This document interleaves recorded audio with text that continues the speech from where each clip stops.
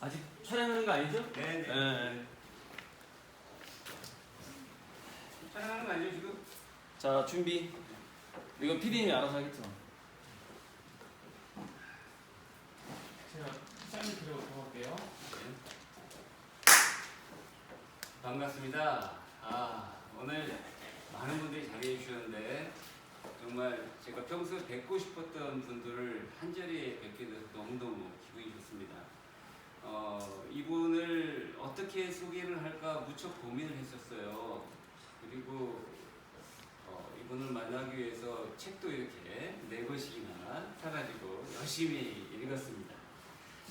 올해 쓰신 책을 한번 제가 몇 쪽이나 쓰셨나 한번 제가 계산해 봤더니 2,000쪽에 달했습니다. 깜짝 놀랐습니다. 그래서 우리 강준만 교수님께서 과거에 책을 얼마나 쓰셨나 검색을 해봤어요. 2009년 기준으로 277권이라고 써 있더라고요. 제가 졸도를 했습니다. 이렇게 졸도를 했고요. 그럼 그 이후에는 또 얼마나 쓰셨을까 이렇게 뒤져봤는데 거기에 대해서는 다 찾아보기 어려웠었습니다. 한 20여 년 전에 강 선생님의 책을 현대사 산책을 처음 읽고 감동을 받았고요. 꼭 뵙고 싶었는데 이렇게 이 자리에서 뵙게 될 줄은 정말 상상을 못했습니다. 오늘 이 자리를 준비해 주신 우리 창조화력발전소의 우리들과 함께 감사드리고요. 강준만 선생님을 소개를 할 때 어떻게 할까 고민을 많이 했었는데 마침 오늘 전북의 소리 박지원 대표님께서 오셨는데 박 대표님 좀 소개 좀 부탁드리겠습니다.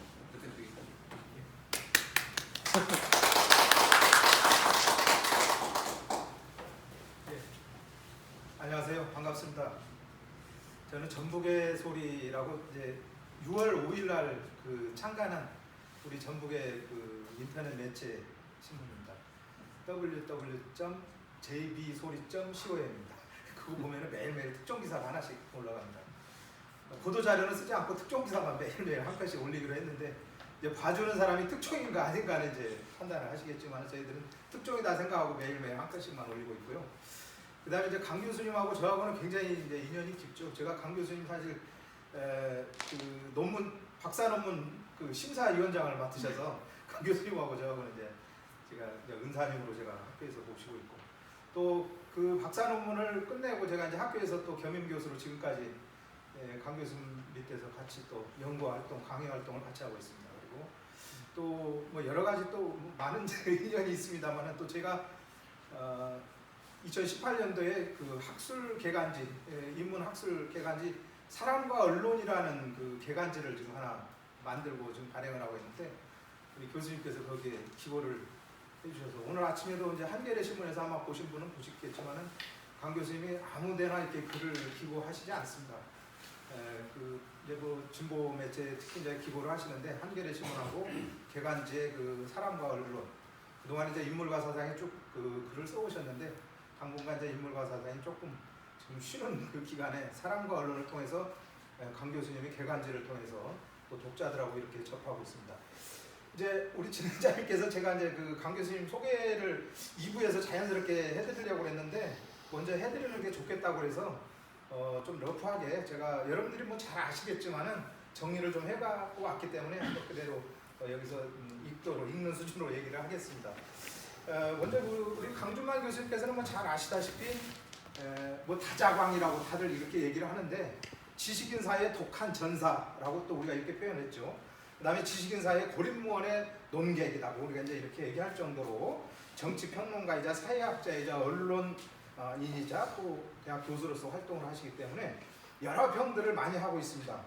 근데 이제 강준만 교수님이 그러면 어느 대를 나오고 공부를 어디서 했는가 여기에 대해서는 또 잘 모르시는 분들이 계실 것 같아서 제가 약간 좀 소개를 하겠습니다. 성균관대학교를 졸업하시고 미국 조지아대와 그 위스콘신대에서 신문방송학을 공부를 하셨고 전북대학교 신문방송학과 지금 현재 교수로 재직하고 계십니다. 잘 아시다시피 강 교수님은 탁월한 인물 비평과 정교한 그 한국학 연구로 우리 사회에 의미 있는 반향을 일으켜온 대한민국 대표 지식인이십니다. 전공인 커뮤니케이션학을 토대로 정치, 사회, 언론, 역사, 문화, 등 많은 분야의 경계를 뛰어넘는 전방위적인 저술 활동을 해왔으며 사회를 꿰뚫어보는 안목과 통찰을 바탕으로 숱한 의제를 공론화해 오셨습니다. 그래서 왕성한 집필 활동으로 지금 한겨레를 비롯한 각종 신문, 잡지, 언론 매체의 시사 평론을 기고하고 계시며 인문, 사회, 정치, 문화에 관한 다양한 책을 출간을 했고 지금도 계속 집필 활동을 하고 계십니다. 그래서 평생의 작업으로 한국 생활사를 꿈꾸고 계시며 지금까지 축구, 전화, 바캉스, 도박, 선물, 성형, 목욕, 입시 등 40여 가지 주제에 대한 여러 가지 써보신 글을 계속해서 단행본으로 지금 엮어내고 계시고 엮어낼 그런 계획을 가지고 계십니다. 그래서 2005년도에 제4회 송건우 언론상을 수상하고 2011년도에 한국출판마케팅연구소 한국의 저자 300인, 2014년에 경향신문 올해의 저자에 선정되기도 하셨습니다. 저널록 인물과 사상, 잘 아시다시피 그 유명한 잡지죠. 이 인물과 사상으로 2007년도에 한국일보 우리시대의 명저 50권에 선정되었고 미국사 산책, 2012년에 한국출판인회의 100책 100강도서에 선정되기도 했습니다. 2013년도에 증오상업주의와 갑과 을의 나라로 화두를 던지셨고 2014년도에 싸가지 없는 진보 논쟁을 촉발시켰으며 2015년도에 청년들에게 정당으로 쳐들어가는 청년 정치론을 역설했고 2016년도에 정쟁을 종교 전쟁으로 몰아가는 진보주의자들에게 일침을 가했고 2017년도에 신뢰받는 언론인의 손석희의 저널리즘을 분석하여 한국 사회의 이슈를 예리한 시각으로 분석하셨습니다. 그동안 쓴 책으로는 우리 아까 진행자님께서도 잠깐 말씀을 하셨는데 이루 다 셀 수가 없습니다만 대표적으로 교양 브런치, 오빠가 허락한 페미니즘, 평온의 기술, 사회 지식 프라임, 넛지 사용법, 감정 동물, 자기개발과 PR의 선구자들, 약탈 정치, 소통의 무기, 손석희 현상, 박근혜의 권력 중독, 힐러리 클린턴, 생각과 착각, 도널드 트럼프, 빠순이는 무엇을 갈망하는가, 미디어 숲에서 나를 돌아보다, 전쟁이 만든 나라 미국, 정치를 종교로 만든 사람들, 흥행의 천재 반엄, 지방식민지 독립선언, 청년이여 정당으로 쳐들어가자, 가라, 독선사회, 개천에서 용나면 안된다, 생각의 문법, 인문학은 언어에서 태어났다, 싸가지 없는 진보, 감정 독재, 미국은 세계를 어떻게 훔쳤는가, 갑과 을의 나라, 증오상업주의, 교양 영어사전 2권, 강남 좌파, 한국 현대사 산책 전 23권, 한국 근대사 산책 전 10권, 미국사 산책 전 17권. 이루 다 얘기할 수가 없을 정도로 지금 아마 우리 여기 앞에 계신 분들은 왜 김대중 죽이기, 노무현 죽이기, 노무현 국민 사기극 얘기 안 하시는가 했더니 이거 외에도 여러 가지 이와 같이 많은 저서 활동을 하셨고 지금도 계속해서 책을 왕성하게 집필을 하고 계십니다. 이제 우리 전국대학교에서 1년 이제 올해까지 이제 활동을 하고 계셔서 많은 교직원들이 상당히 지금 아쉬워하고 안타까워하고 계시는데 그 이후에 이제 정년퇴임 하시고 또 어떻게 활동을 하실지 저희들이 많이 궁금해하고 있습니다. 이상 간략하게 소개를 마치도록 하겠습니다. 감사합니다. 우리 박지훈 대표님께서 2분을 약속하셨는데 저서 중에 일부만을 따오셨는데도 이렇게 많습니다. 오늘은 제목이 한류의 역사입니다. 현재 이제 봉준호 감독의 BTS 그리고 봉준호 감독의 기생충이죠. 기생충과 이제 방탄소년단 BTS가 엄청 세계적으로 크게 존경을 받고 있습니다. 과연 그러한 어떤 한류가 어디서부터 과연 시원이 될까, 그리고 현재는 어떠한 모습일까까지 그 오랫동안 이 책을 쓰시기 오랫동안 제가 이 책을 보면서 느끼기에 한 10여 년 정도 계속 원고를 쓰시고 고치시고 했다는 느낌을 받았거든요. 오늘 이 책의 저자이신 강준방 교수님을 모시고 귀한 말씀 듣도록 하겠습니다. 강준방 교수님을 소개하겠습니다.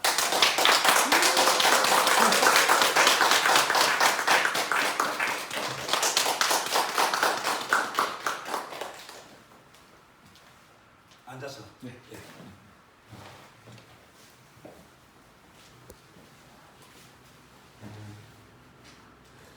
결례의 말씀이 되겠습니다만 전 제 흑역사를 듣는 것 같은 기분이었습니다. 제가 다작을 했던 거에 대해서 부끄럽게 생각합니다. 물론 제 명분은 있었어요. 저는 사람들이 저널리즘과 책을 분리해서 보는 것에 대해서 조금 이건 아닌데 나는 책을 저널리즘처럼 생각해 볼래. 그 마음을 먹고 저널리즘 행위를 하듯이 책을 냈는데 절대 다수의 아니 거의 모든 분들이 책과 저널리즘을 구분을 하시더라고요. 그래서 쓰다 보니까 그냥 이렇게 양이 많아져 버렸어요. 이러죠 사람들이. 아니 얼마나 질이 조금 함량비다 그렇게 고품질의 책을 몇 권으로 딱 압축해서 좀 길이길이 남을 책을 쓰질 않고 그런 식으로 그냥 막 써내는. 그래서 저도 사실은 그런 여론의 압박에 굴복을 해서 부끄럽게 생각했습니다. 어쨌건 뭐 저에 대해서 이렇게 좋은 뜻으로 말씀해 주셔서 감사합니다. 제가 오늘 말씀을 드리는데 좀 자연스럽게 했으면 좋겠어요. 또 미국의 그 프랭클린 루스벨트의 그 유명한 그 연설 이렇게 하는 걸 보면요. 심지어 뭐 이렇게 물 마시는 소리까지 꿀꺽꿀꺽 소리가 들리고 뭐 그러니까 격시가 안 따지고 아주 자연스럽게 그냥 일상적으로 바로 옆에 사람을 이렇게 보고 있듯이. 그래서 저도 오늘 그런 식으로 좀 자연스럽게 말씀을 드릴 테니까 편안한 자세로 조금 들어주시기 바랍니다. 사실은 저는 오늘 서성할 생각하고 애원은 왔어요. 제가 오늘 이야기 드릴 걸. 물론 원고도 준비를 했죠. 제가 이런 식으로 합니다. 눈이 안 좋아가지고 키워드만 이렇게 해서 그래서 뭐 앉아서 하니까 이것도 놓고 그러면 제가 자연스럽게 말씀을 한번 드려볼게요. 오늘 제가 기분이 좀 너무 좋고 이 자리가 영광스러워서 허심탄회하게 겉도는 이야기 하지 않고 핵심을 한번 찔러볼까 합니다. 약간 도발적일 수도 있겠어요. 제가 한류의 역사 이 책을 내면서 그런 고민을 했습니다. 제가 다작을 했듯이 한류에 관한 책을 내면 안 되는 사람이에요. 전문가가 아닙니다. 물론 제 전공 때문에 제가 대중문화는 쭉 다뤄왔습니다만 여태까지 한류 한 우물만 파온 연구자들이 많이 계셔요. 정말 논문이 엄청나게 많이 나왔어요. 근데 그분들이 가만히 계시는데 왜 제가 나서서 그 역사를 좀 말이 안 되는 것 같지만 제가 정당화시킨 논리, 명분이 있어요. 이분들이 워낙 전문적으로 깊고 아주 심층적으로 파고 들어가다 보니까 전체의 지형도를 이렇게 이야기해 주는 분이 안 계신 것 같아요. 그래서 엄청난 논쟁이 벌어지고 하는데 누군가 이거를 정리정돈을 해줘야 되는 거 아닌가? 제가 그 역할을 맡기로 마음을 먹은 겁니다. 그래서 제가 이 책을 내고 나서 물론 정리 잘해줘서 고맙다라는 이야기를 듣기도 했지만 안 좋은 이야기도 들었죠. 당신 뭐 남들이 다 이때까지 해온 거 뭐 정리한 거 어떻게 날로 먹으려고 그러냐. 저는 좀 가슴이 아팠죠. 이거 날로 먹는 거 아닌데. 사실은 제가 그렇게 주의를 기울였는데도 정말 열성적인 독자들이 계시더라고요. 역사적 사실이 잘못된 걸 여러분이 지적을 해주셨어요. 그래서 제가 이걸 개정판을 내게 되면 그거를 정확히 바로잡아야 되겠구나. 근데 뭐 노세 젊어서 노세 노래가락 차차차를 제가 54년도에 나온 노래로 알려드렸는데 62년도에 나왔더라고요. 그런 식의 실수들이 많이 있습니다. 그래서 제가 바라건대 앞으로 제가 궁극적으로 하고 싶은 일은 한류를 우리가 이렇게 자랑스럽게 생각한다면 적어도 현대적 뿌리서부터 오늘에 이르기까지의 그 역사를 계속 이렇게 갖고 가면서 정확한 거의 사전에 가까운 정보를 제공해야 할 필요도 있지 않겠는가. 저는 그런 입장에서 이 책을 쓰긴 했습니다만 제 나름의 메시지도 있어요. 한번 84년 전으로 돌아가 봅시다. 1936년입니다. 8월 10일 새벽이에요. 그날 경성, 서울 지역에 호해가 뿌려졌어요. 요즘 분들은 호해 모르시겠습니다만 과거에 우리 신분들이 80년대까지도 긴급한 뉴스가 있을 땐 인쇄할 시간이 없으니까 비교적 작은 종의 그 뉴스를 알리는 걸 찍어가지고 그냥 뿌리는 겁니다. 비행기로 막 이렇게 전단 살포하듯이 한 적도 있어요. 그런데 일제 강점기 시절이었습니다만 8월 10일 그 호해를 받아든 상록수의 작가 시문 선생이 그 호해를 작가래. 너무도 감격하고 흥분한 나머지 그 호해 뒷면에 즉흥시를 그 책에 인용한 걸 보면 썩 가르쳐 됩니다. 그 핵심 내용이 뭐냐? 나는 외치고 싶다. 마이크를 들고 전 세계 인류를 향해 외치고 싶다. 이제도 너희들은 우리를 약한 족속이라고 부를 테냐? 눈물겨운 정말 울분의 토론. 이미 아실 거예요. 36년 8월에 무슨 일이 있었는지. 베를린 올림픽에서 우리의 송기정 선수가 마라톤 우승을 했습니다. 비록 일장기를 달고 나갔을 망정 나라 뺏긴 조선의 청년, 당시 시문 선생이 35살이었어요. 울분, 감격, 그걸 그렇게 쓴 거예요. 사실은 송기정 선수의 그늘에 가렸습니다만 3등을 한 선수가 한국인이었어요. 남승용 선생. 어떻게 감격 안 할 수가 있겠어요. 그래서 이분이 그렇게 쓴 걸 들고 당시 조선일보, 동아일보하고 조선중앙일보라는 신문도 있었어요. 그 신문사 편집국에 찾아가서 기자들 앞에서 그걸 읽어줍니다. 그리고 호련히 사라져요. 이분이 말씀하신 게 신문에 이제 대문짝만 실립니다. 2020년의 정설이요. 36년에 있었던 그거를 우리가 오늘의 기준으로 이야기할 수 있을까요? 아니 마라톤 우승 하나 했다고 나라 빼앗긴 약한 나라, 약한 족속 조선, 한국이 달라질 게 뭐가? 그래서 그걸 국뽕이다라고 이야기할 수 있을까요? 국뽕은 국가 플러스 희로뽕의 합성어입니다. 그렇게 이야기할 분은 아무도 없을 거예요. 그러면 우리가 해방이 됐고 정말 전 국민이 허리띠 졸라매고 피땀 흘려 일한 결과 경제적으로 우리가 번성한 나라가 됐어요. 오늘날에요. 국뽕은 사라지지 않았습니다.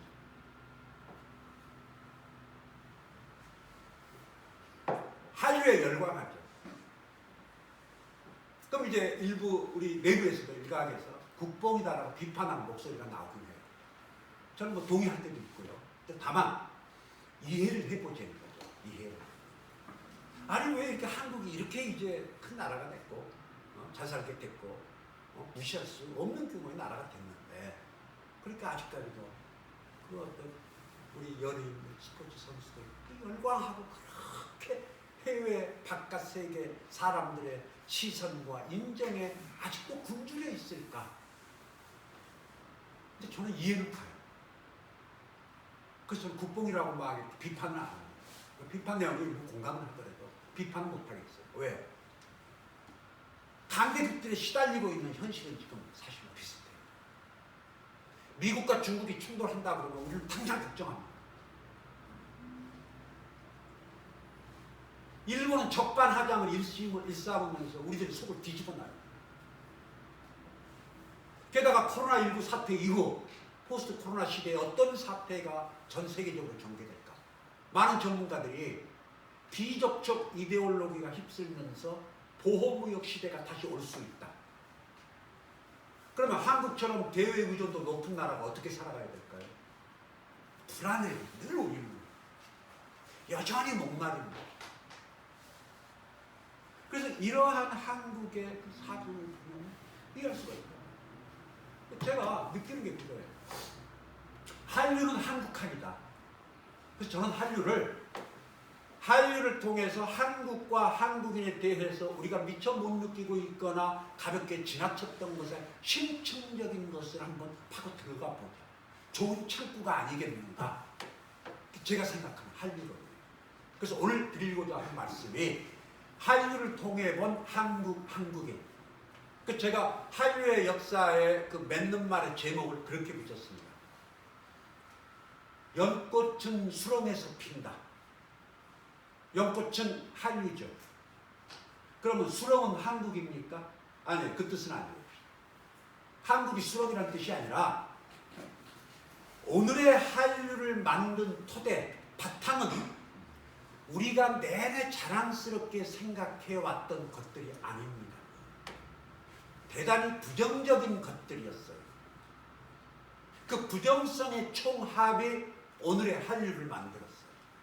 그런 의미에서 수렁으로 제가 비유를 한 겁니다. 연꽃은 수렁에서 핀다. 그래서 제가 앞으로 우리 부정적인 거 많이 하자. 나중에 한류처럼 복이 되어 돌아올지도 모르니 그 메시지를 전하려고 하는 게 아니고요. 제대로 한번 좀 알아보자는 거죠. 제가 왜 이 말씀을 드리냐면 저는 한류를 상상도 못했던 사람이에요. 그래서 제가 80년대, 90년대 초까지도 미국의 문화 제국주의를 비판하고 문화 종속에 대한 경고, 우려 그런 글을 많이 썼던 사람이에요. 미국 문화, 서양 문화에 찌든 사람들, 그거 바라보고 숭배하는 사람들, 비판했던 사람이에요. 그러면 저 같은 사람이 논리대로 갔으면 한류는 일어나면 안 돼요. 말이 안 되는 거예요, 이거는. 이게 어떻게 된 거지? 문화 제국주의에 침탈을 받았고 문화 종속이 된 나라에서 어떻게 이런 일이 벌어지지? 제가 차라리 소수였으면 저 못난 탓으로 돌리고 그럼 게임 끝나요. 하지만 오늘날의 한류를 수십 년 전부터 예상했던 분이 얼마나 있었을까요? 있긴 있었을 겁니다. 그러나 그분들이 글로 남긴 건 제가 문헌상에서는 보질 못했어요. 그렇다면 대부분의 지식인, 전문가, 언론도 오늘날의 한류를 예상을 못했다면 저 자신이 공부를 뒤늦게나마 다시 해야 돼요. 그 이유를 밝혀내야 돼요. 왜 우리가 문화 제국주의, 문화 종속을 그렇게 염려했었는데 여러분 저 김대중 정부 때 일본 문화 개방 기억나세요? 지금이야 우리가 자연스럽게 받아들이고 별거 아니었구나라고 안도에 아니 오히려 우월감까지 느끼지만 그때 나온 지식인들의 비난하는 글들을 보세요. 일본 문화에 점령당한다고 막 그랬거든요. 아니었어요. 저는 켄지의 그 말을 좋아합니다. 경제학자. 사실이 달라지면 생각을 좀 바꾼다. 당신들은 사실이 달라져도 생각을 안 바꾸겠는가? 여러분 아시다시피 요즘 사실이 달라져도 생각 안 바꾸는 분들 너무너무 많아요. 저는 바꿉니다. 바꿨습니다. 그래서 제가 뒤늦게나마 새로 공부한 한류 좀 이유부터 좀 따져보자. 그래서 제가 오늘 한 4가지 키워드를 제시하면서 그 키워드별로 제 생각을 말씀드릴까 합니다. 첫 번째는 감성주의, 감성주의. 두 번째 코리안 드림. 세 번째 해외 지향성. 네 번째 후발자의 이익. 이게 한류를 만든 비밀이에요. 첫 번째 감성 이야기부터 해봅시다. 우리 과거에 이성대 감성하면은 감성이 눌렸던 시절이 있었어요. 논리와 이성을 숭배하면서 감성, 감정은 가급적 억눌러야 될 것. 그러나 세상이 바뀌었습니다. 당장 반론이 나올 거예요. 아니, 감성이 발달한 나라는 한국뿐일까? 그게 어떻게 이유가 되지?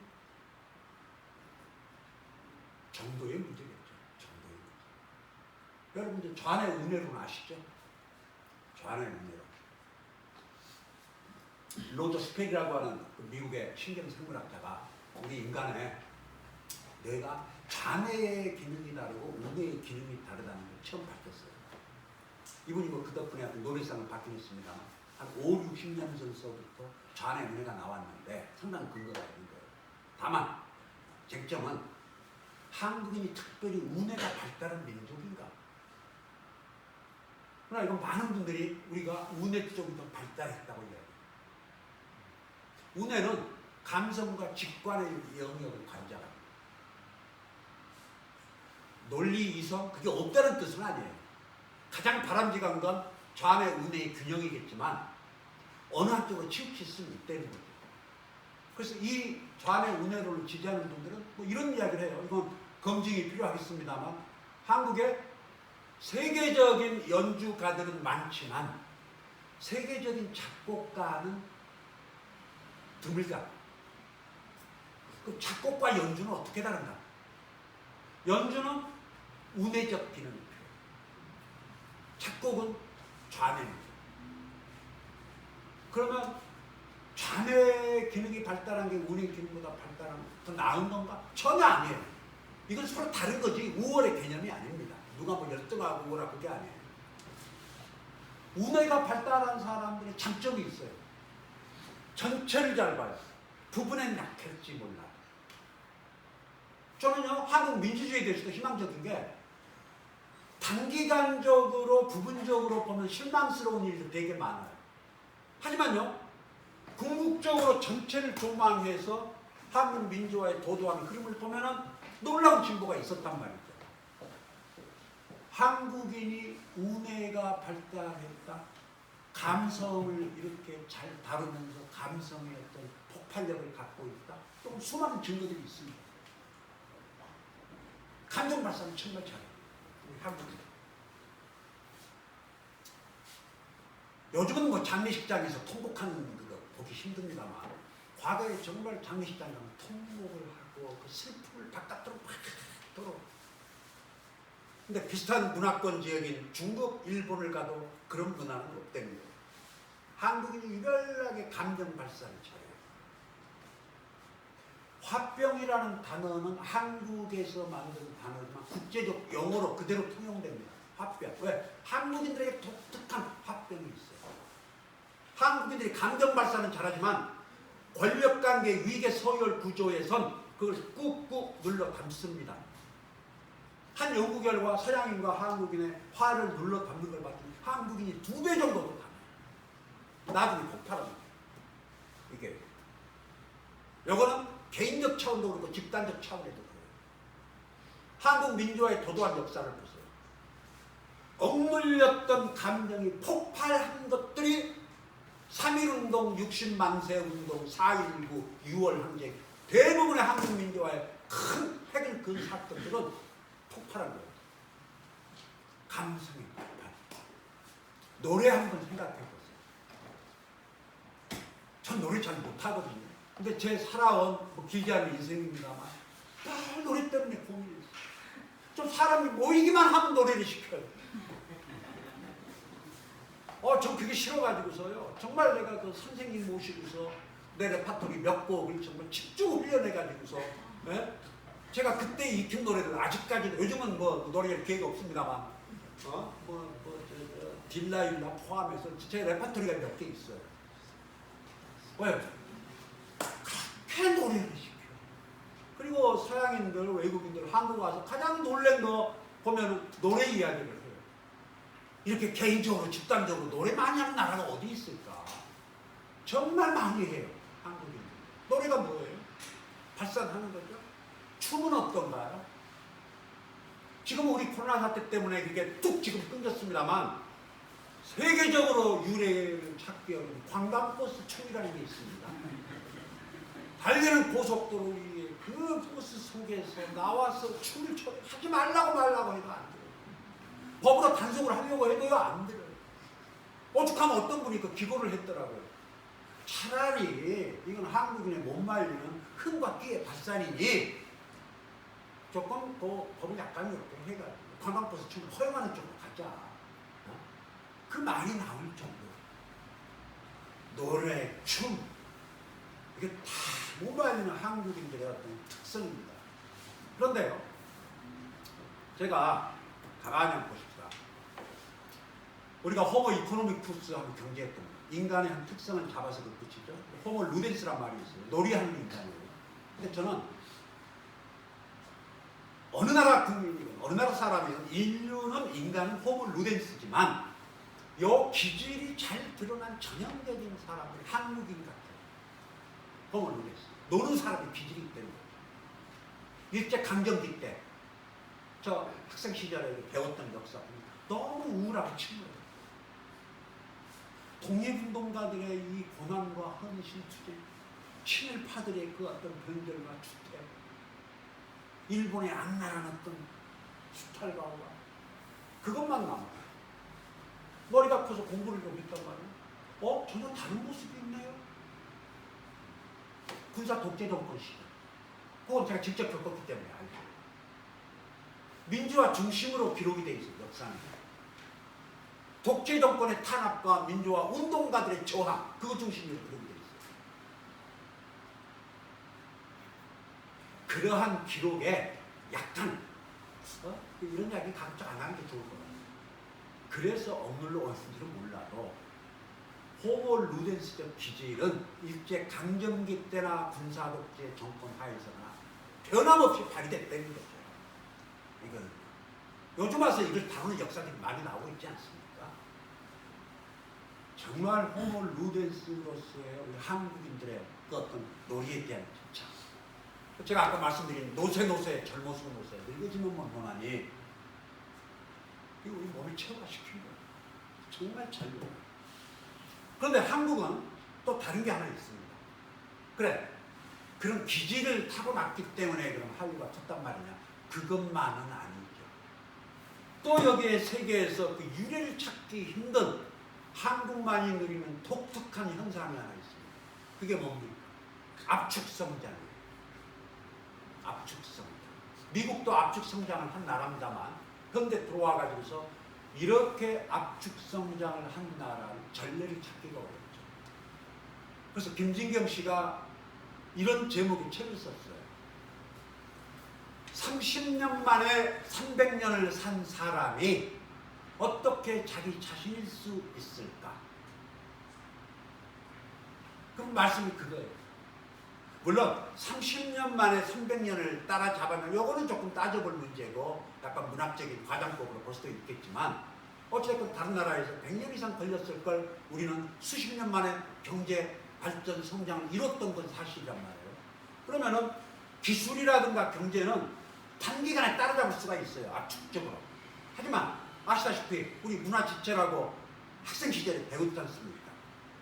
의식, 문화 이거는 시간이 오래 걸립니다. 안 바뀌어요. 잘 안 바뀌어요.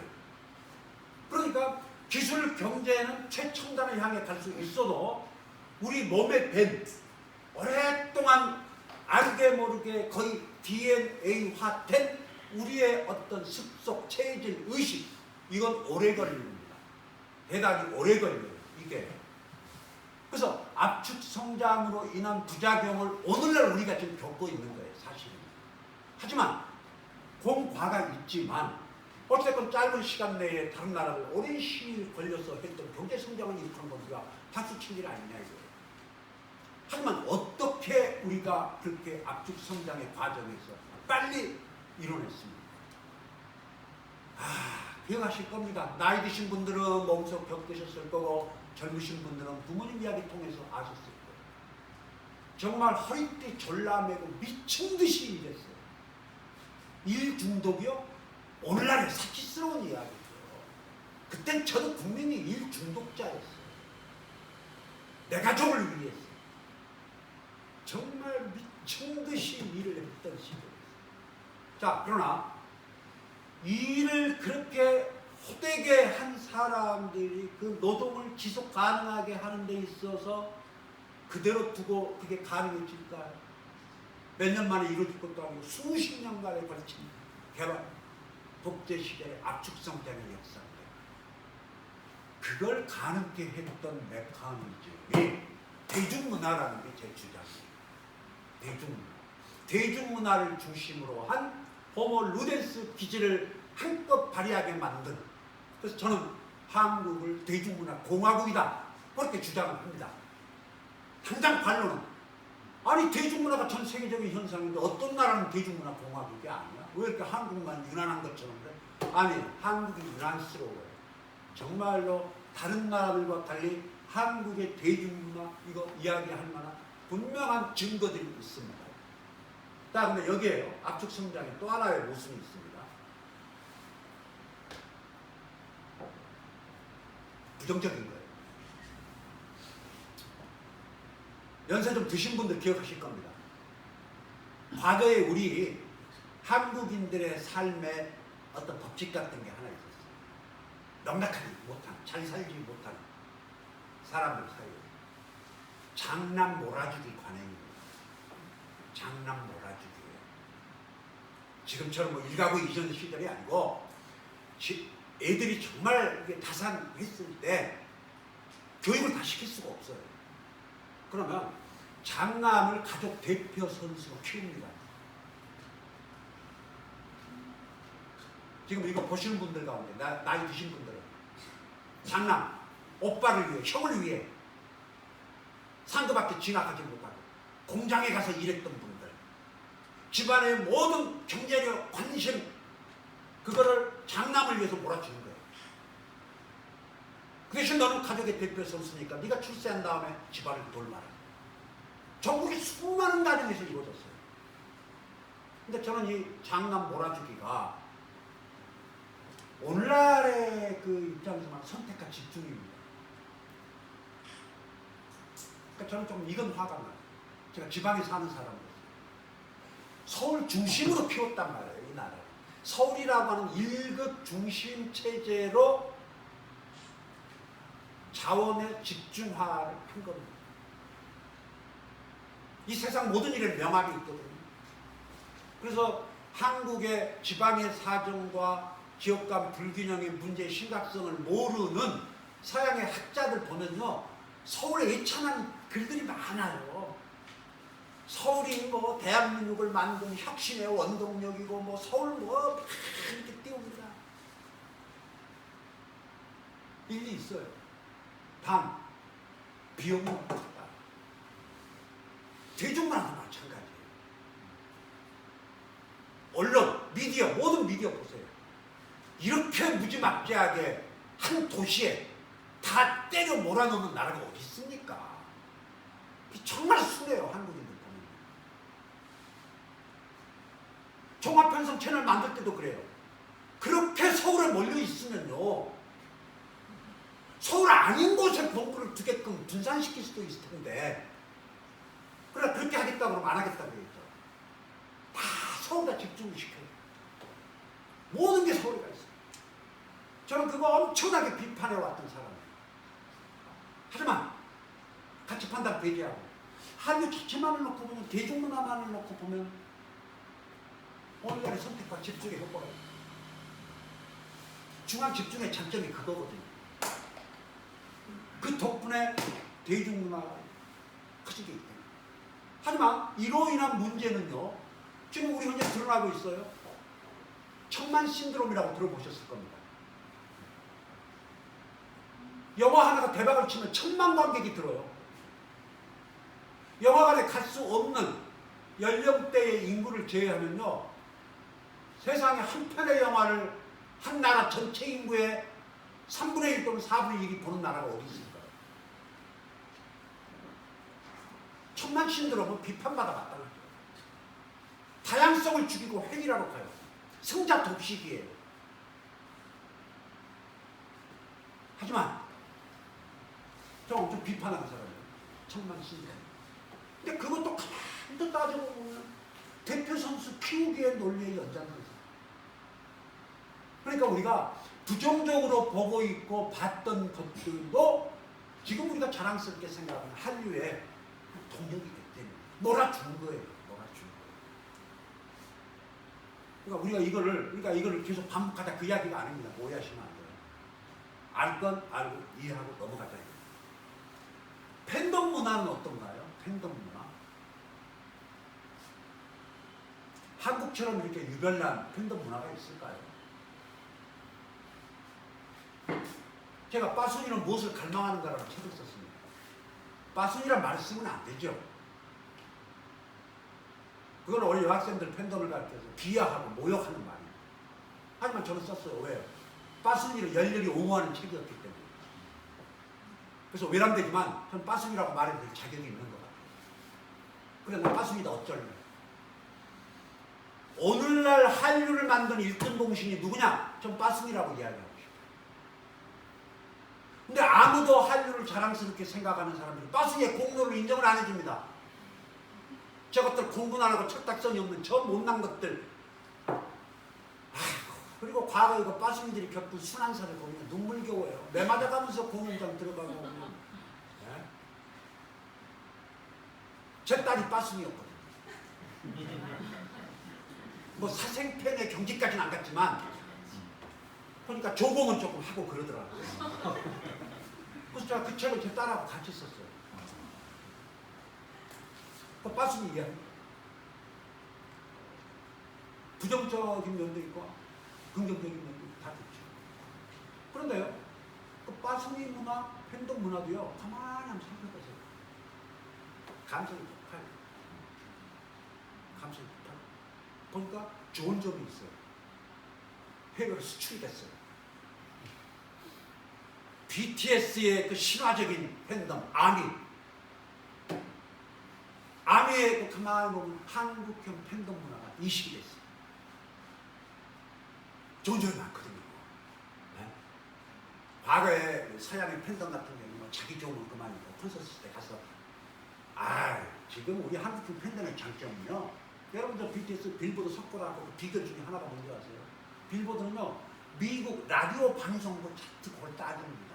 이거는 외국의 음악이 진입하기 어려운 정말 넘을 수 없는 벽이에요. 근데 미국에 있는 아미들이 정말 눈물겨울 정도로 지역 라디오 DJ들을 집중 공략합니다. 인적사항 다 파악해가지고서 노래 틀어달라고 그러고 또 이 DJ가 다른 지역으로 옮겨가죠. 갖다 꽃다발 맞춰요. 그동안 고마웠다고. 이런 인간적인 조공에 인간적인 유대를 가져가면서 BTS를 그렇게 바꾼다. 보니까 한국형 팬덤에 이렇게 봤더니 와, 이거 대단하네. 그리고 서양의 대형 스타들은요, 팬들하고 이렇게 소통 안 해요. 신비주의 컨셉이에요. 접근조차 못하는데 BTS는 그냥 SNS 가지고 수시로 소통하고, 네? 이렇게 팬들하고 소통 잘해주는 또 연예인들이 스타들이 어디 있겠습니까? 그래서 이 팬덤 문화까지 수출이 됐을 정도로 감성 수출이죠. 다만 이제 좀 개인적으로는 정치에마저도 이 팬덤 문화가 이식이 된 거에 대해서는 조금 안타깝게 생각합니다. 정치는 조금 아닌 것 같고, 혹은 뭐 제가 오늘 주제는 아니니까 넘어가겠습니다. 이제 다른 기회가 있다면 제발 정치 팬덤은 아닌 것 같다라는 말씀을 몰매를 맞을 만큼 조금 드리고 싶고, 자, 그 다음에 이제 두 번째 코리안 드림을 한번 이야기해 봅시다. 코리안 드림.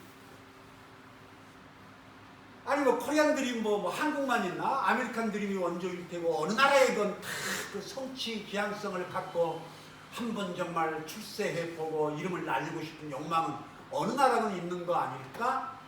저는 그렇게 안 봐요. 우선요, 한류를 둘러싼 그 쟁점 중에 하나가 한류가 문화냐 돈벌이냐라는 이분법이 하나 있어요. 저처럼 대학에 있는 분들은 한류를 문화로 보고 싶어 합니다. 문화로. 그러니까 문화로 본다는 이야기는 이윤 추구 욕망이 가급적 배제되고 쌍방향성으로 문화를 교류하면서 다른 나라 사람들과의 이해를 증진하고 돈독한 일회를 나누고 아름다운 이야기들을 저 지지해요. 지지하는 게 현실적이진 않아요.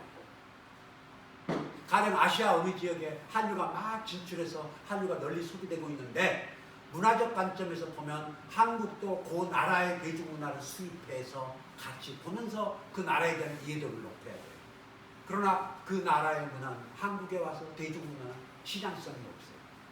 이루어지질 않습니다.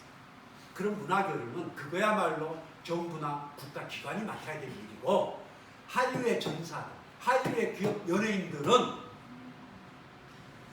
사적이고 절대적인 목적이 돈벌이였어요. 그럼 우리는요, 돈벌이였어. 한국은. 그걸 왜 비하라고 생각을 해요? 저는 그게 참 답답했어요. 돈벌이야, 쟤. 왜 우리는요, 돈의 그 소중함, 돈에 정말 목숨 걸고 그렇게 돈벌이라고 폄하를 해요? 다 우리 돈벌이 해야 지금 살아갈 수 있는 거 아닌가요? 신성한 거 아닌가요, 돈은? 제가 지금 황금 만능주의를, 물신 숭배주의를 이야기하는 게 아닙니다. 지나칠 정도로 돈벌이를 폄하한다는 거죠. 한류 기업가 전문가들이 언론 인터뷰를 많이 했어요. 제가 가장 가슴 깊게 정말 멋지게 이야기한다라고 봤던 분이 난타의 대부죠. 탤런트도 하셨던 송승환 씨가 한 말이 가장 와닿았어요. 뭐 요즘 젊은이들 하는 말로 시크하다고 그러나요? 왜 그러냐면 기자가 난타의 성공 비결이 무엇입니까? 라고 물으면 멋있게 이야기할 수 있잖아요. 우리 한민족에 나가면서 국가 민족 이야기하면서 그럼 좀 있어 보이고 멋있어 보였잖아요. 이건 딱 잘라보더라고요. 상업공연이라 성공한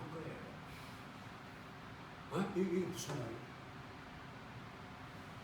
난타의 전체 해외 공연 중에 90%가 상업적인 공연.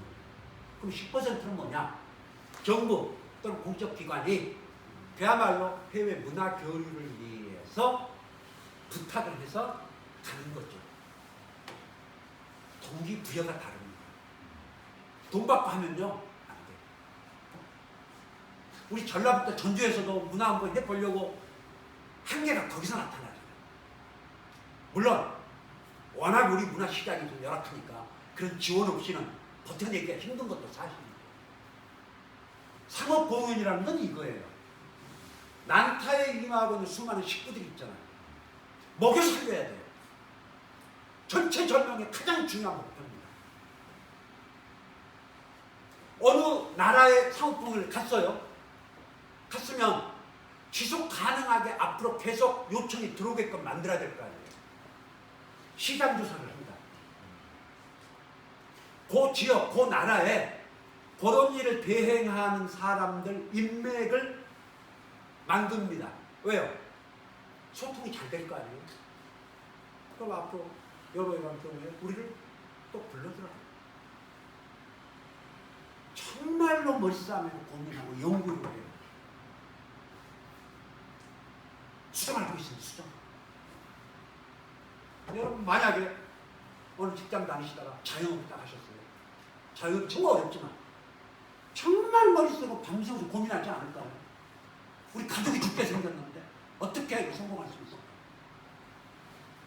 제가 무슨 상업주의 내천한 게 아니라 그 고민의 정도와 동기가 다르다는 거죠. 반면에 그냥 돈 똑 받았으면 그거 갖고 하는데 그 고민이 무슨 필요 있어요? 정부에서 돈을 줬다고 그러면 그 정부 쪽 인사 그쪽하고의 인맥을 잘 쌓으면 될 뻔이죠. 로비죠. 정책 색깔이 있으면 정책 색깔 맞춰주면 유리하겠죠. 이거는 안 되죠. 세계 어떤 나라에 관제적 성격 있는 문화가 대중문화 시장에서 재미 본 적이 있습니까? 오늘날 프랑스 문화가 비판받는 이유도 그거 아니에요? 고급 문화는 융성할지 몰라도 프랑스 대중문화는 기억해보세요. 저 학생 시절에 프랑스 영화 꽤 들어왔었어요. 저 아랑드롱 영화 많이 봤어요. 거의 다 봤어요. 대중문화 죽었어요. 왜요? 거기는 엄청난 국가적 지원을 해주는 세계 최초로 문화부가 있는 나라예요. 한국도 문화부 그거 보고 만들었잖아요. 물론 문화부가 좋은 일 많이 합니다. 하지만 대중문화 시장에서의 동기부여라고 하는 건 상습주의예요. 그러니까 이 난타 공연 관련해서 송승환 씨가 한 말이 바로 그 이야기입니다. 저는 확 와닿았어요. 이 사람이 정말 핵심을 이야기하는구나. 그럼 여기서 이제 문제가 되는 거예요. 여러분 저 언론에서 우리 지식인들 대학교에서 쓴 거 보면은 일단 뭐 K-팝의 북한시켜 이야기해 볼까요? 이수만이라는 인물이 있어요. 이수만 좋게 이야기했다가 하면 큰일 납니다. 비판받을 소지도 많고 합니다. 이야기해볼게요. 그리고요, 우리 딱 떠올리는 게 있어요. K-팝 다 좋은데 문제가 있어요. 장기 계약의 문제. 게다가 서양 언론이 그거를 서양하고는, 그러니까 서양에서는 볼 수 없는 독특한 한국적 시스템을 오리엔탈리즘적 시각에서 폄하를 해요. 노예 계약으로 불러버려요, 그거를. 우리 국내에서도 그래요. 노예 계약이라고 해요, 그걸요. 좀 동의 안 해요. K-팝이요, 장기 계약이 없었으면 오늘날 이게 있을 수가 없는 거예요. 아이돌 그룹의 원조, 우리 저 아시아권에서 일본이라고 합니다. 일본 같은 경우 아이돌 훈련 기간이 얼마나 왔어요? 짧은 건 6개월, 1년이에요. 한국 몇 년 합니까? 5년에서요, 7년, 8년까지 갑니다. 여러분, 우리 저 K-팝 그룹들 이렇게 공연하는 거 보면 놀라지 않으세요? 음악성 높고 노래도 잘하고 칼군무까지. 와, 우리 저 북한에 직장 맞게 한거 볼 때 탁 떠오르는 게 그거 아니에요. 와, 저렇게 하기 위해서 얼마나 많은 피와 땀을 쏟았을까. 저건 뭐 국가적 차원에서 해서 안 될, 우리 그런 의식이 있잖아요. 한국 여러분이 그렇게 해요. 그래서 그걸 또 비판하는 기사들이 서양 언론에 실려요. 제가 여기서 묻고 싶은 건 이거예요. 왜 우리는 상업주의와 상도덕을 구분하지 않을까? 저는 오래전부터 지론이요. 제발 상업주의와 상도덕을 구분하자. 그건 무슨 뜻이냐면, 당신이 자본주의 타도를 외친다면 일체의 시장 기능과 상업적 시장 논리를 배격한, 좋다 이거예요. 지지해요. 그러나 대다수 사람들은 그렇지 않을 거라. 자본주의가 마음에 들진 않지만 기본적으로 시장 기능에 다 이것을 인정하면서 더 나은 사회주의 시스템, 그거 보니까 잘 안 돌아가던데. 그래서 여러분, 자본주의가 막 가는 거 막으려고 애쓰는 사람은 자본가들이거든요. 미국의 빌 게이츠라든가. 다 이 사람들 자본주의를 유지하기 위해서 자선도 하고 기부도 하고, 왜냐하면 부작용이 너무 커지면 뒤에 엎어버리죠. 자본주의 끝나죠. 제가 자본주의의 그 어떤 상업주의와 상도덕을 구분하자는 건, 여러분이요, 쉽게 말해서 아주 유명한 어떤 맛집을 갔다가 한번 가정을 해봅시다. 와, 정말로 맛있어요. 서비스도 좋아요. 맛있게 먹고 음식값 내고 주인에게 몇 번 인사하고 싶어요. 세상에 이렇게 맛있게 할 수가 있나. 그 주인이 아무리 맛집 잘 하고 계십니다만 자선사업 하려고 그거 하시는 건 아니잖아요. 돈 버는 게 우선이죠. 상업주의죠. 상업주의라는 건 그게 상업주의라는 거예요. 시장을 매개로 해서 이윤을 추구하는 게 상업주의라는 거죠. 근데 우리는 지금 상도덕 나쁜 것까지가 상업주의의 범주에 놓여요. 그러지 말자는 거예요. 너무 고맙잖아요. 그리고 이분이 문 안 닫고 계속 이 맛집을 운영할 수 있게끔 여기가 장사가 잘 돼가지고 돈을 좀 더 많이 벌었으면 좋겠어. 뭐가 상업주의가 문제예요? 반면에 어떤 집을 갔는데 무슨 블로거를 매수를 했는지 어떤 홍보를 했는지 몰라도 떠든 것과는 달리 맛이 형편없어요. 서비스도 엉망이에요. 네? 반찬도 되게 훌륭한 것 같아요, 느낌에. 상도덕이 없는 거죠, 이건. 상업주의가 문제가 아닌 거예요, 그 경우에는. 그럼 우리가 상도덕을 문제 삼아서 도덕의 수준을 넘는 건 법에 의한 응징을 받게끔 하는 것이지, 그게 없지. 왜 상도덕의 문제까지 상업주의에 넣어가지고 그렇게 이야기하냐는 거예요. 장기계약도 그거예요.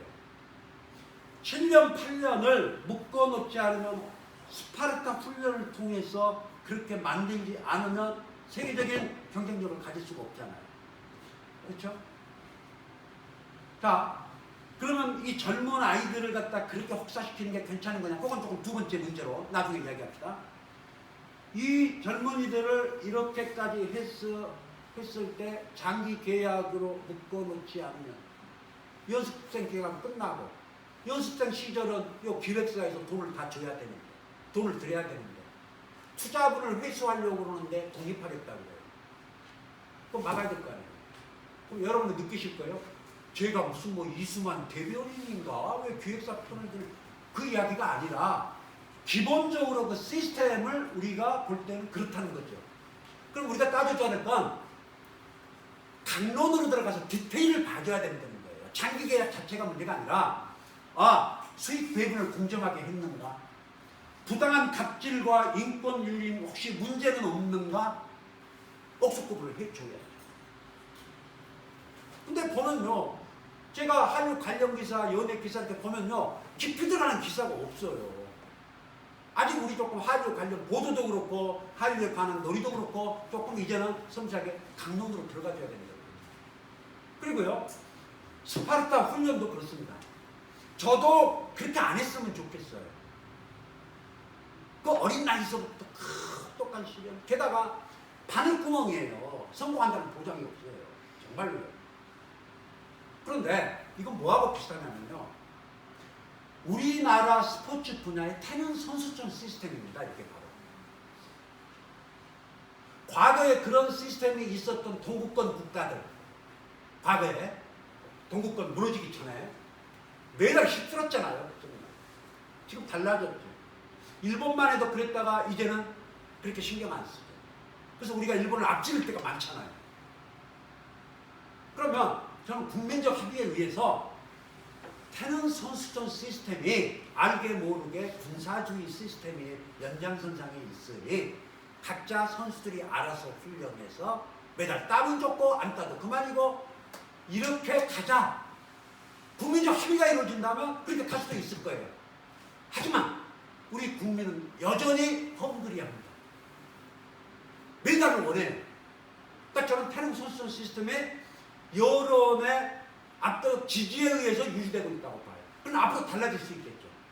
언젠가 세월이 가면 야 우리도 이제는 합숙훈련 시켜서 또 거기서 빚어지는 문제들도 많이 나왔잖아요. 바꿔보자. 그럴 때가 오면 달라질 수 있을 거예요. 그러나 아직은 아니죠. 여기 지금 연예인들도 마찬가지예요. 연예인들도. 여러분 저 성공한 연예인들 텔레비전 예능 프로그램 나와서 하는 이야기 들어보셨어요? 전부 다 춥고 배고팠던 이야기 합니다. 춥고 배고팠던 거. 그래서 여러분 저 정신과 의사가 하지연 씨가 예능 얘기를 책을 썼는데 그 재밌는 말씀을 하셨더라고요. 어느 날 텔레비전을 같이 보는데 아들인지 딸내미가 물어보더래요. 아빠, 연예인이 되려면 반 지하에 살아야 돼? 왜요?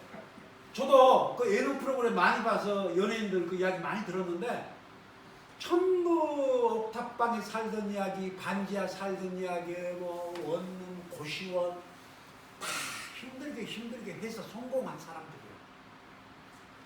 그래서 우리나라 그 연예 뉴스의 주요 아이템 중에 하나가요, 연예인 건물주 리스트입니다. 누가 이번에 무슨 건물을 샀냐, 무슨 건물을 샀냐. 그분들에게 코리안 드림이에요. 가족의 대표 선수입니다. 물론 요즘은 부잣집 자녀인데도 이렇게 연예계에 진출한 분들도 있긴 있어요. 하지만 그분들이 주류는 아니에요. 여전히 헝그리해요. 그분들이 원하는 거예요. 탈락자가 많아요. 오디션 열풍 한번 보세요. 거의 뭐 이건 광기 수준의 그 살인적 경쟁 아닙니까? 오디션에서 탈락하고 연예인을 꿈꿨지만 오르지 못하는 사람. 저는 이게 시간이 흐르면서 이건 아닌 것 같다, 뭔가 변화가 있을 거라고 봐요. 그러나 현 시점에서 보자면 여전히 태능 선수촌 시스템이 우리 국민적 지지하에, 암묵적 합의하에 유지되고 있고, 그리고 한국은 여전히 배고파하는 나라예요. 앞서 제가 처음에 말씀드렸듯이. 그래서 저는 나름의 타협책으로 이런 말씀 드리고 싶어요. 애플의 스티브 잡스가 죽기 전 2005년도인가 미국 스탠퍼드 대학 졸업식 축사를 하러 갔어요. 거기서 한마디 했던 말이 오늘날 인구에 널리 회자되는 게 있습니다.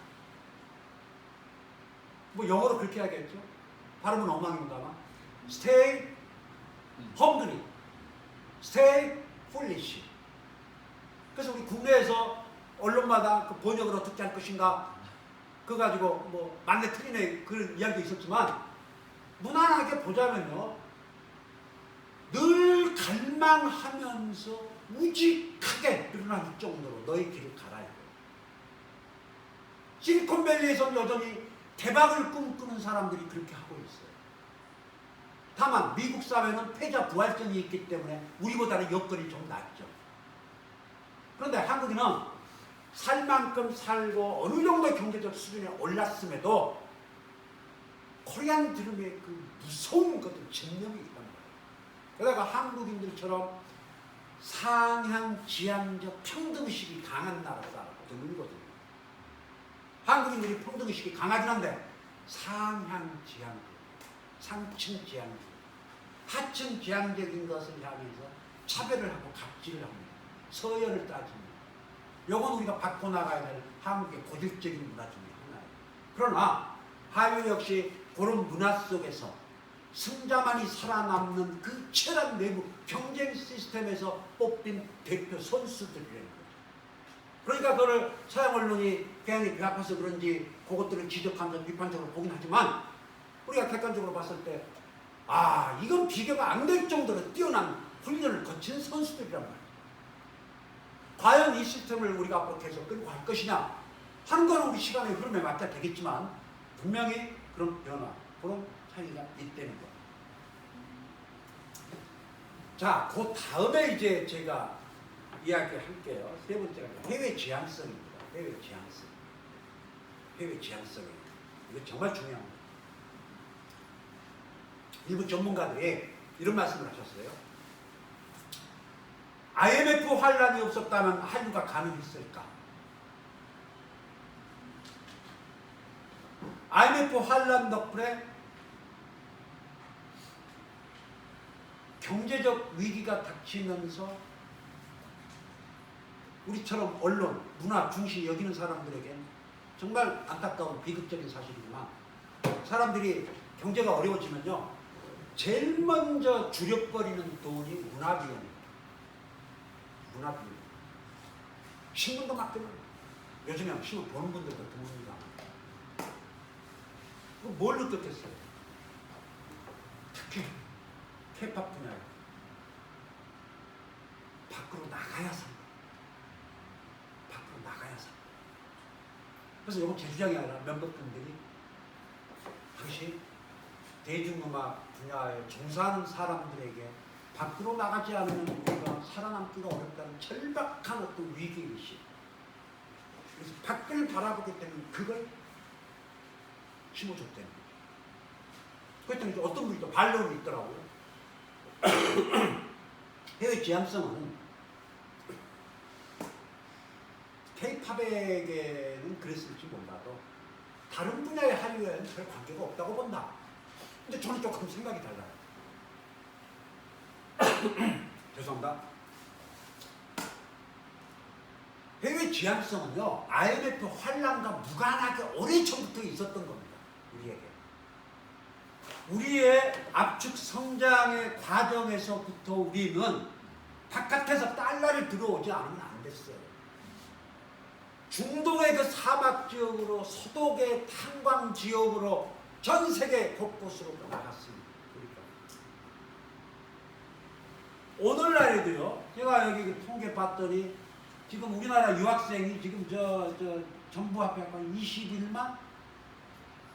선교사도요, 미국 다음으로 많아요. 3만 가까이 돼요. 미국 유학 가는 건요, 1위가 중국, 2위가 인도 학생들입니다만 인구 대비로 따져보면 압도적으로 한국이 많아요. 우리의 뇌리에 바깥으로 나가지 않으면 죽는다는 말을 상징화시킨 말이 있어요. 기름 한 방울 안 나는 나라. 저 어렸을 때부터 못이 박히도록 그랬습니다. 기름 한 방울 안 나는 나라. 땅은 좁고 인구는 많고 부존자원 없는 나라에서 우리가 살 길은 뭐겠는가? 바깥밖에 없어요. 그러니까 해외 지향성은 애초부터 우리가 강하게 갖고 있었는데 IMF 환란이 닥치면서 K-팝이 가장 큰 타격을 받고 움직임을 그렇게 보이면 다른 분야의 사람들도 그 영향이 다 좁은 물에서 빤한 건데 가만히 있었겠어요? 그래서 저는 해외 지향성의 어떤 그 의지라든가 그 열망이 폭발적으로 강해졌다고 봅니다.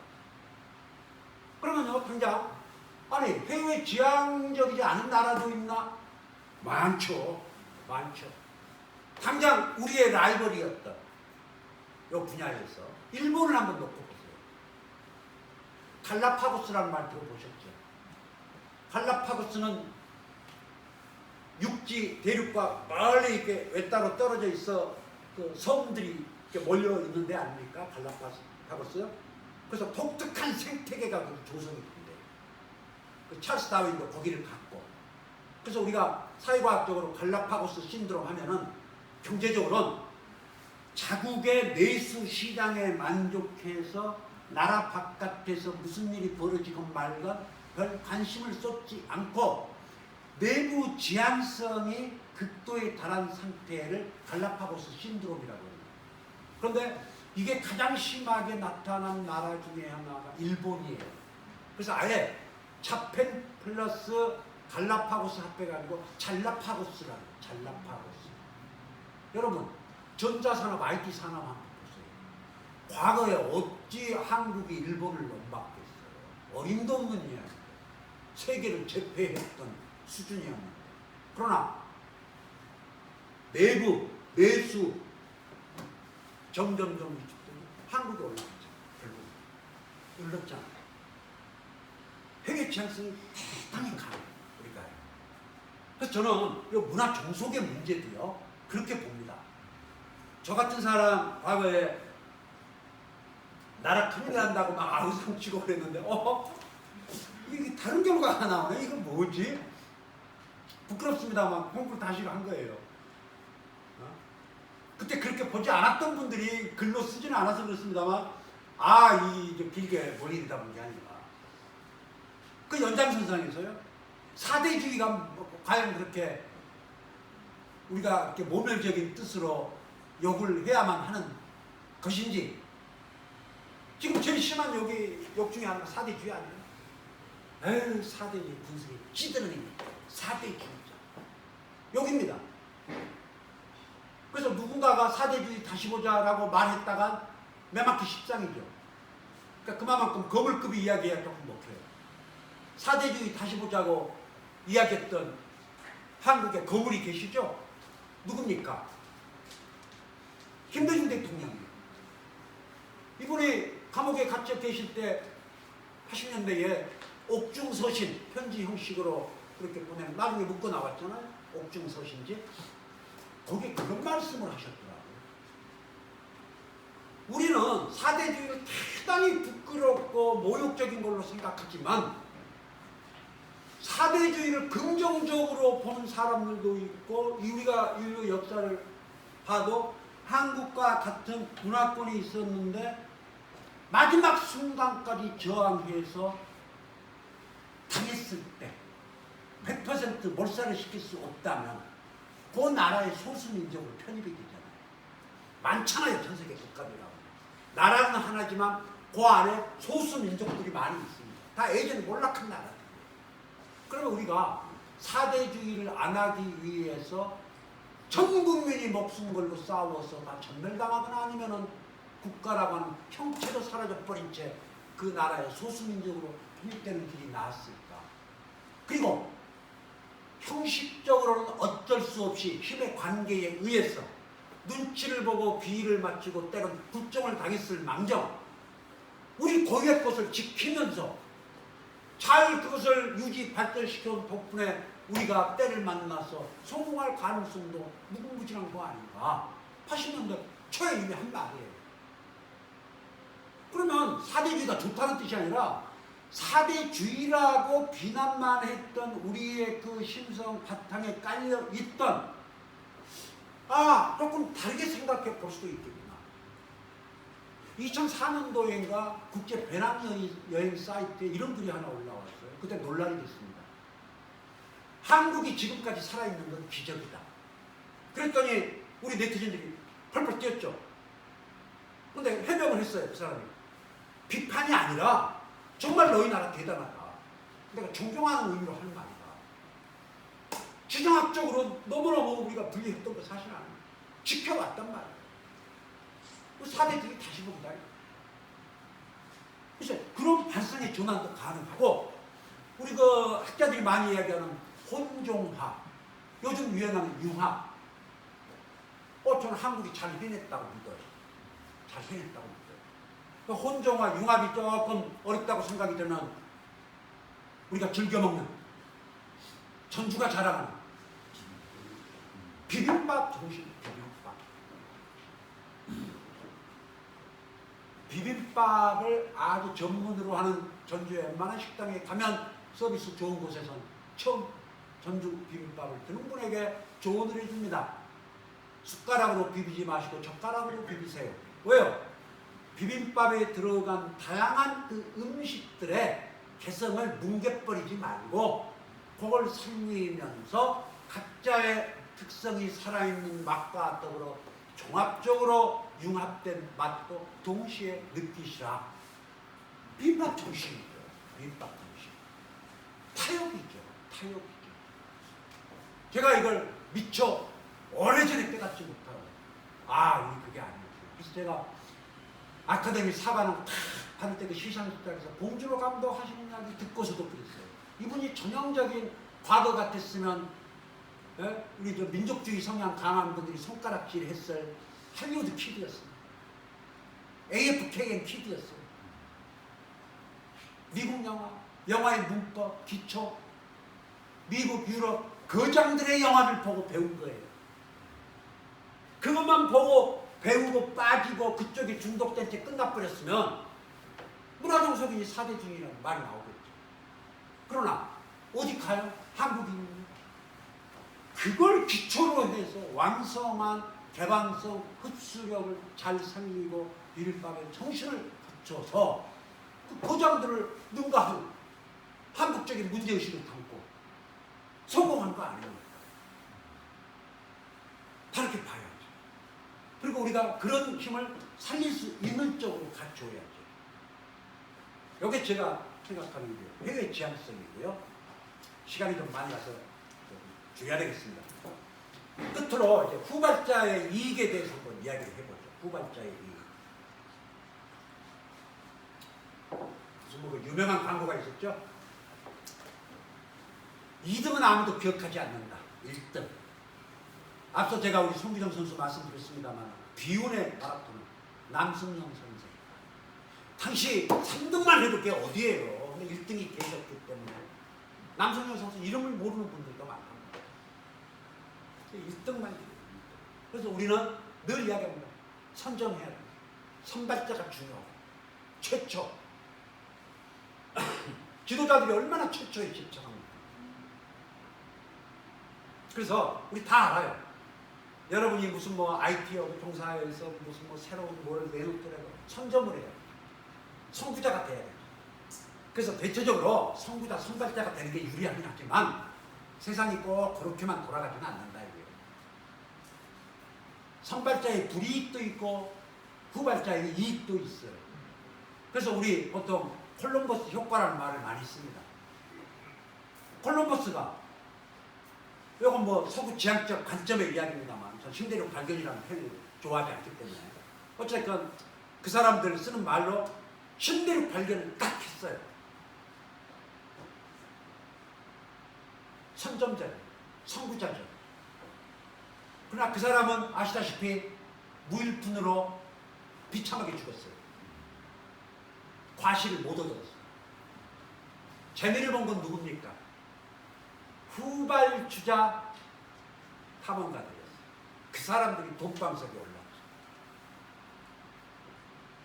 콜럼버스 효과는 어떤 시장 분야에 선구적으로 제일 먼저 진출했지만 아직 여건이 갖춰져 있지 않은 관계로 갖고 있던 모든 돈과 자원을 거기에 털어놓고니 패배한 그 경우를 말합니다.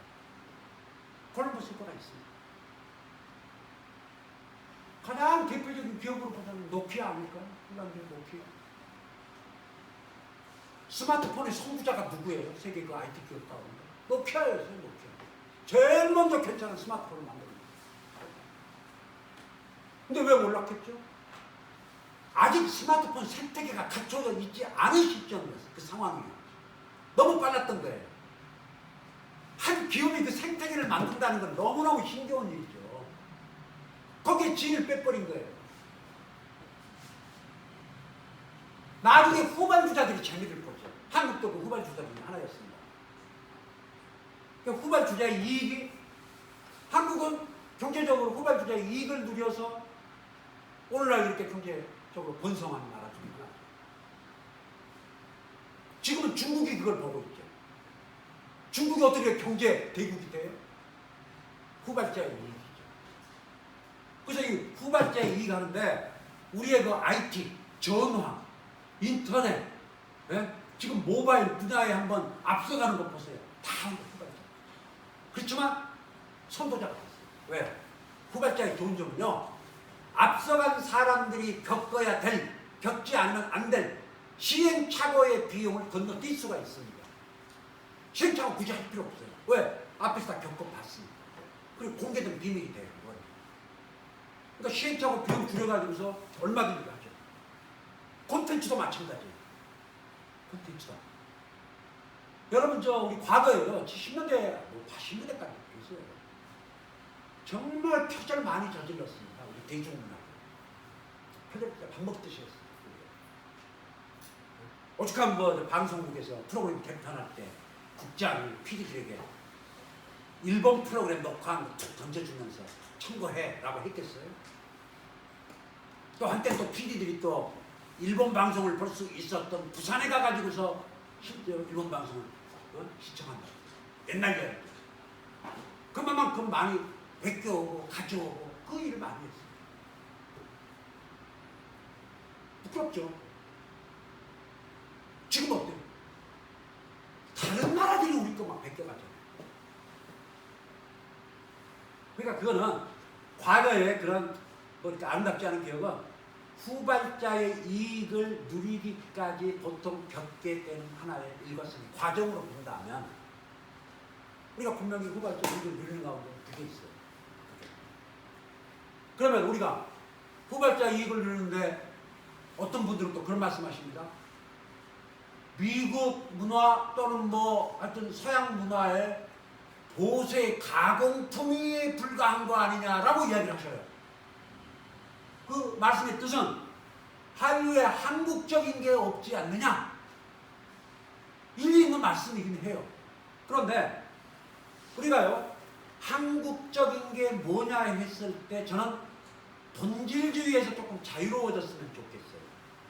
본질주의라는 건 무엇이 있어야만 그 본질적인 게 있어야만 그것이 성립되는 어떤 필수 요소들이에요. 그래서 유럽적인 게 무엇인가? 유럽이라고 이야기할 수 있는 핵심 본질이 있다고 보는 거죠. 그래서 본질주의는 사실은 이건 욕먹는 겁니다. 왜요? 인간 세계에서 본질을 갖고 따지게 되면요, 그 본질이 있다고 주장하는 쪽과 다른 사람들을 배제하게 돼요. 배제하게 돼요.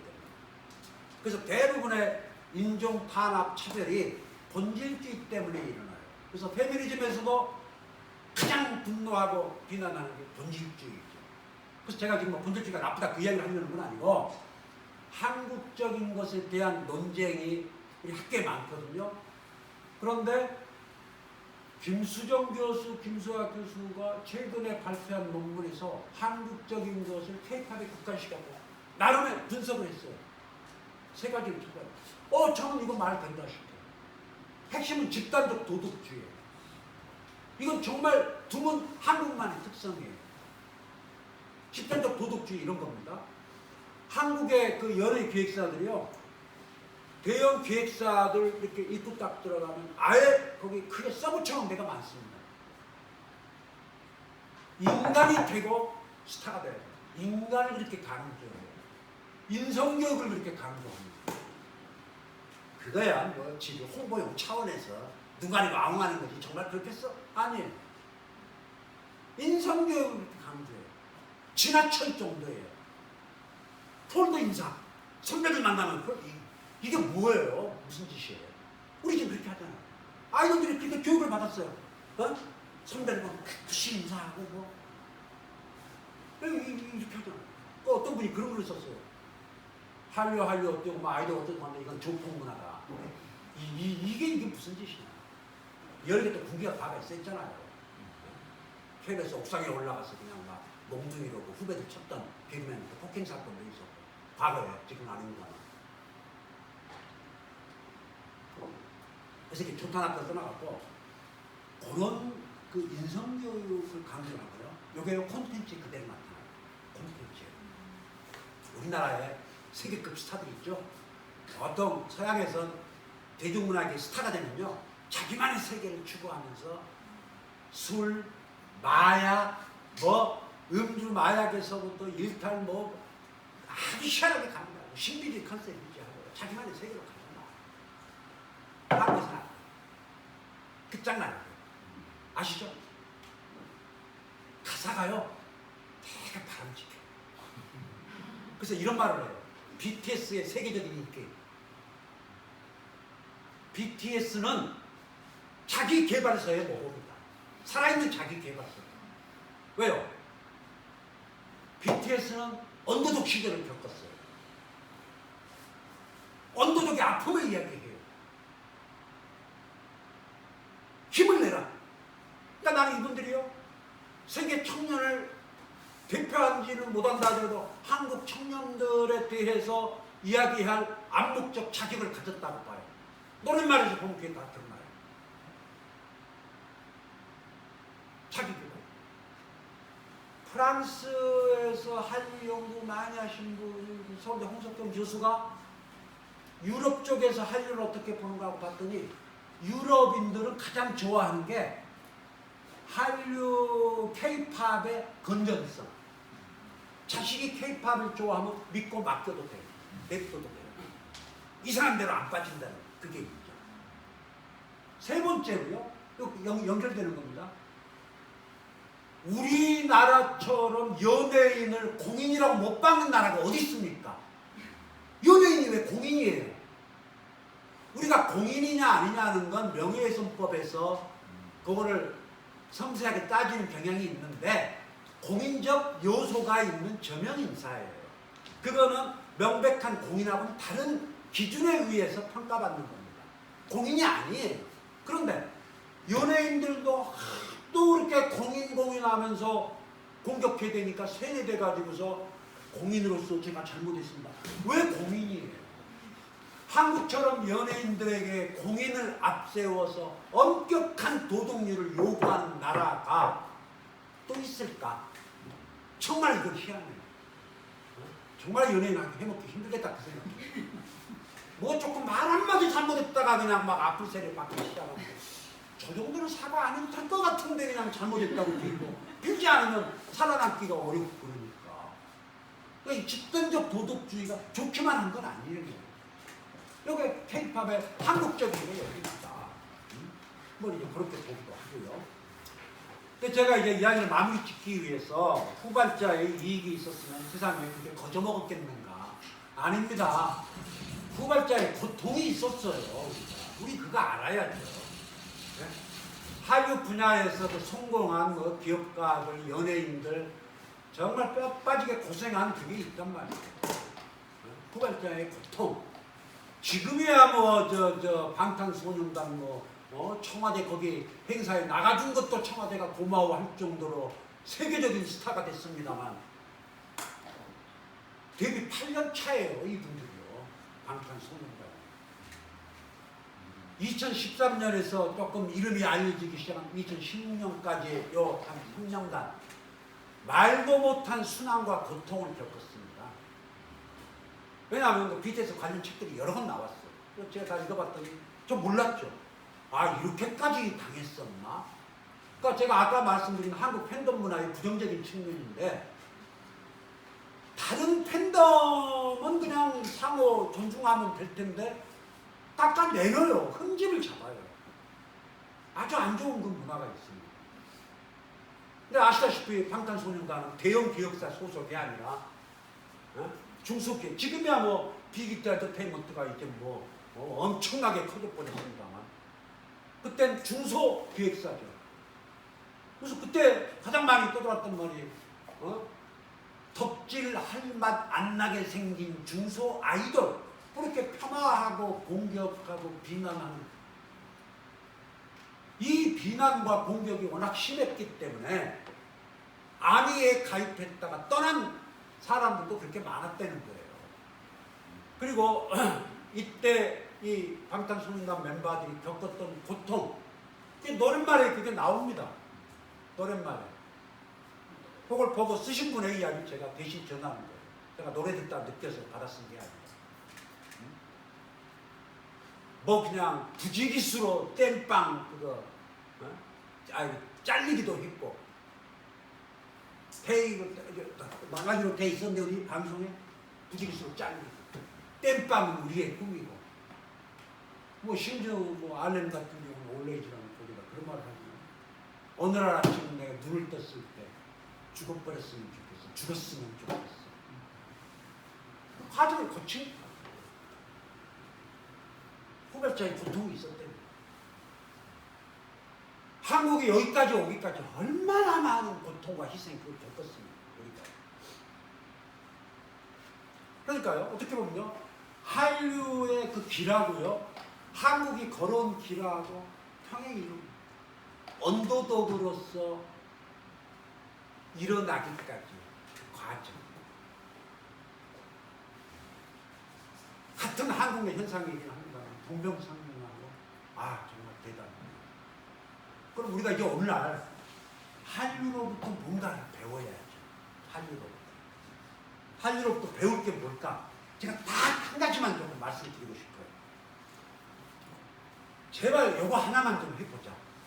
간곡히 호소하고 싶어요.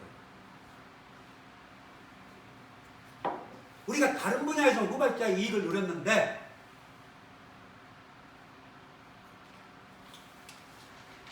민주주의에서 과연 우리가 후발자의 이익을 누리고 있는가? 민주주의를 더 깊이 파고 들어가 보면요, 우리가 차별 없이 공정하게 살아가는 세상을 꿈꾼다고 한다면 서울과 지방이라고 하는 이 이원적 구조가 야만적인 것일 수 있다는 데에 눈을 돌려야 돼요. 그러나 저는 지금 이 구조를 만든 서울 권력, 중앙 권력 그 이야기를 하려는 게 아니에요. 서울과 지방의 구도에서 보면 지방이 후발자겠죠? 그러면 저는 지방에 살고 계신 분들한테 호소 겸 한번 이야기를 하고 싶습니다. 지금 우리 어느 지역을 막론하고 지방의 발전 전략은요, 강력한 정치 권력, 경제 권력을 갖고 있는 중앙과 어떤 식으로든 연계의 줄을 맺어서 우리 지역이 득을 봤으면 하는 게 기본적인 발전 전략이에요. 저는 안 된다고 봅니다. 그런 식으로 우리가 지난 70년을 해왔습니다. 그럼 이제 다른 방식을 시도해 볼 때가 된 거예요.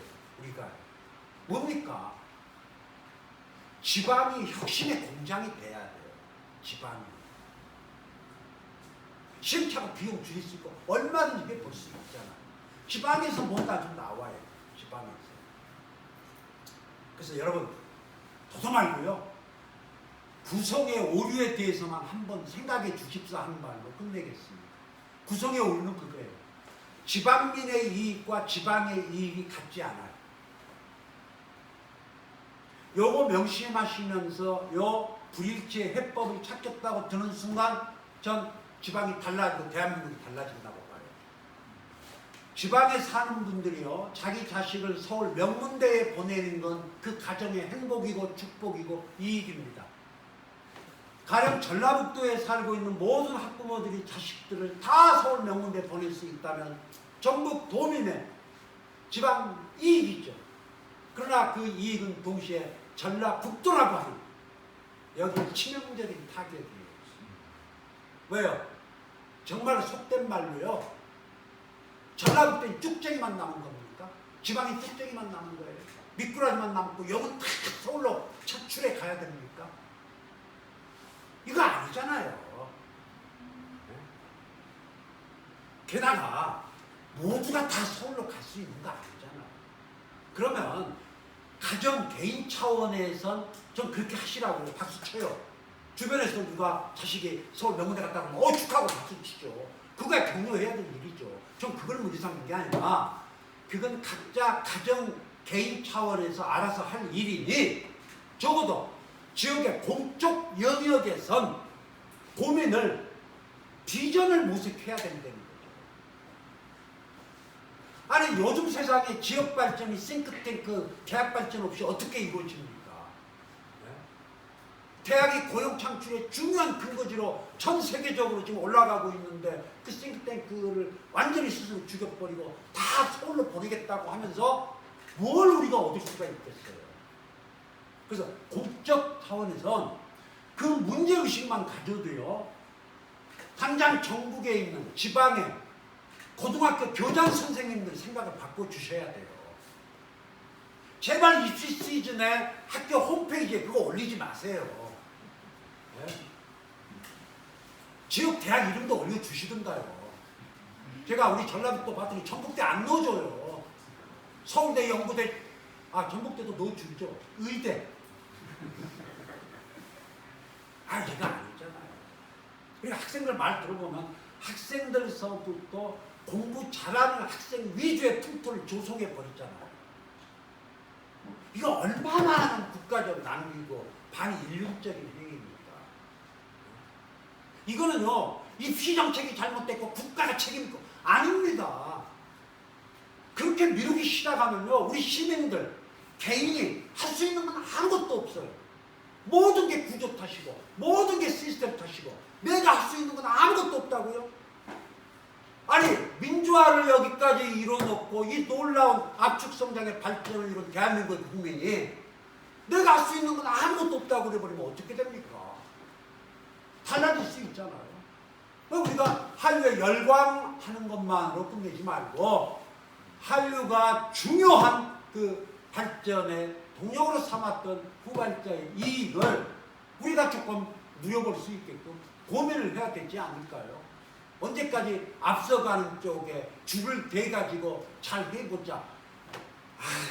지난 세월 그렇게 그 방법을 써서도 이 모양 이 꼴이면 그렇지 않습니까? 지방이 과거 10년 전, 20년 전, 30년 전 예전에 비해서 훨씬 후퇴하고 지금 지방 소멸이 임박했어요. 저는 우리가 지방 소멸에 대한 고민의 기회로 한류를 보면서 한번 연결시켜보자. 일단 이걸로 제 끝내겠습니다. 감사합니다.